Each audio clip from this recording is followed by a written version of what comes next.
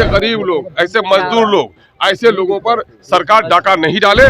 मछली बेचने वालों पर, मुर्गा बेचने वाले पर, खुदरा मांस बेचने वालों पर इस तरह की प्रतिबंध नहीं होनी चाहिए। अभी होली का दिन आ रहा है, तो जिनको खान पान की आजादी है देश में, दस्तरखान पर पहरेदारी नहीं हो, 2 किलो मछली मारता है कोई मल्ला जाके चौराहे पे बेचेगा, उसको लाइसेंस लेनी पड़ेगी। हम लोग तो कब से कहते हैं कि जो भी घुसपैठ है कमर में रस्सी लगाओ और उसको भेजो।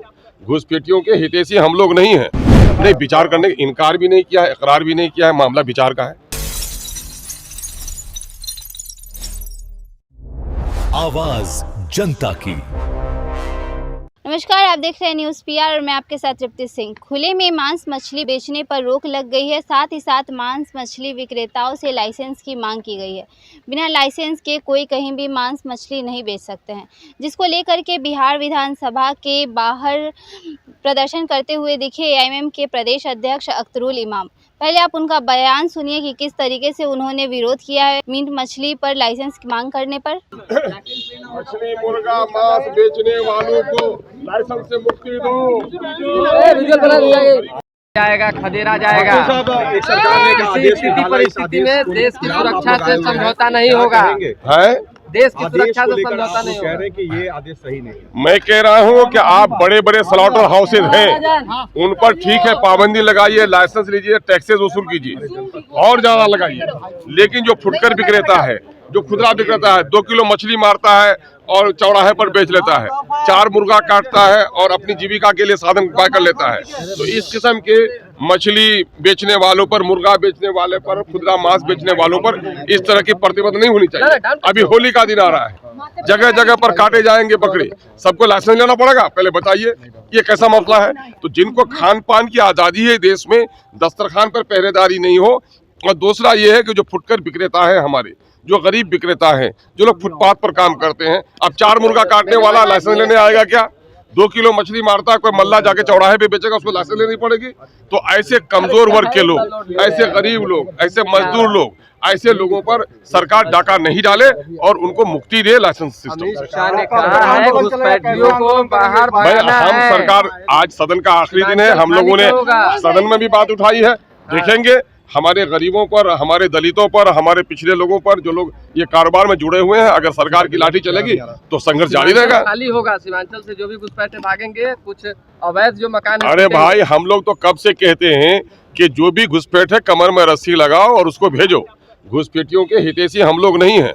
हम लोग तो खुद परेशान हैं कि वहाँ बिहार, बंगाल के घुसपैठिए कम हैं, बांग्लादेश के, बिहार के दूसरे जो लोगों ने जाकर के पूरा कब्जा कर लिया किशनगंज में। किशनगंज की जनसंख्या नहीं बढ़ रही है, बल्कि वहाँ शांत स्वभाव के लोग रहते हैं, सौहार्द है, अमन है, चैन है, जिसके नतीजे में नौकरी करने तो घर वहाँ बना लेता है, कारोबार करता है तो घर वहाँ पर बना लेता है। तो इसकी वजह से वहाँ की आबादी बढ़ रही है। अगर बांग्लादेशी घुसपैठिया है तो 14 से 15 सालों से ये सरकार केंद्र की में है और अब तक क्यों नहीं निकाल पाई। मैं ये कह रहा हूँ कि गुज़िश्ता 21 सालों से ये सरकार है बिहार की, क्यों नहीं निकाल पाई। फिर बॉर्डर एरिया सिक्योरिटी फोर्स है, उनके आर्मी के लोग हैं, SSB के लोग हैं, ये लोग आखिर क्या कर रहे हैं। मैं समझता हूं कि अपनी नाकामी का खुद ही वो ऐलान कर रहे हैं कि मैं इंटरनल सिक्योरिटी में नाकाम हूं। इसका मतलब अगर वहाँ बांग्लादेशी है तो इंटरनल सिक्योरिटी में नाकाम है ये। दूसरा मामला ये है कि अभी SIR किया है। SIR भी एक टाइप का सिटीजनशिप का ही मामला है कि उसने, उनके पूर्वज यहाँ रहे 50 साल से, आपने सब कुछ किया, तो वो फिर कहाँ से घुसपैठ हो गए। ये नारे आप दे रहे हैं तो नारा देकर उस इलाके के शांति और सौहार्द को मत बिगाड़िए। अगर कोई है घुसपैठिया उनको जरूर निकालिए, लेकिन ये मामला सरहद पर तनाव है, लगता है देश में चुनाव है, तो ये मामला सिर्फ चुनाव के वक्त क्यों याद आता है। और मैं आपको बता देता हूँ, ये मामला बंगाल का इलेक्शन है, इलेक्शन जीतने के लिए ये उनकी भाई, आप लोग साक्षी हैं, गवाह हैं आप लोग, कि सबसे पहले मैंने निवेदन किया है और अपनी उम्मीदवारी दी है कि मेरे पार्टी के आदमी को उच्च सदन में भेजा जाए, क्योंकि वहां पर सांप्रदायिक शक्तियों के सामने में सीना खोलकर बोलने वाला शख्स नहीं है। और हमारी पार्टी का ये मामला रहा है कि बैरिस्टर असदुद्दीन ओवैसी साहब लोकसभा में जिस तरह से दलितों के, वंचितों के, शोषितों के, अक़लियतों के और फ़िक़ा परस्तों के खिलाफ आवाज़ बने हैं, एक आवाज़ उच्च सदन में भी, राज्यसभा में गूंजनी चाहिए। उसके लिए हमारा समर्थन कीजिए। मैं उन तमाम तर सेकुलर पार्टियों से गुजारिश किया हूँ। इसी क्रम में कल हमने जाकर के वहाँ तेजस्वी साहब से मुलाकात की है और हमने कहा है कि आदान प्रदान का सिलसिला जारी रखिए।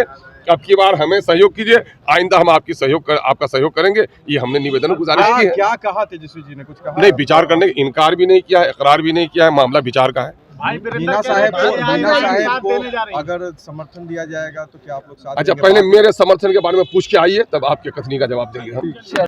तो अभी आप एआईएम के प्रदेश अध्यक्ष अख्तरुल इमाम की बातें सुन रहे, तो आपने सुना कैसे उन्होंने कहा कि मांस मछली पे जो सरकार लाइसेंस की मांग कर रही है, आखिर जो लोग एक समय का मांस मछली बेचते हैं और उस समय का खाने का जुगाड़ करते हैं, आखिर वो कहां से लाइसेंस लाएंगे। साथ ही साथ उन्होंने यह भी कहा कि यह सिर्फ एक समुदाय को टारगेट किया जा रहा है। ये पूरे बयान को लेकर के आपकी क्या राय है, कमेंट बॉक्स में जाकर जरूर बताइए और ऐसे ही तमाम खबरों के लिए देखते रहिए न्यूज़ PR। तब तक के लिए धन्यवाद।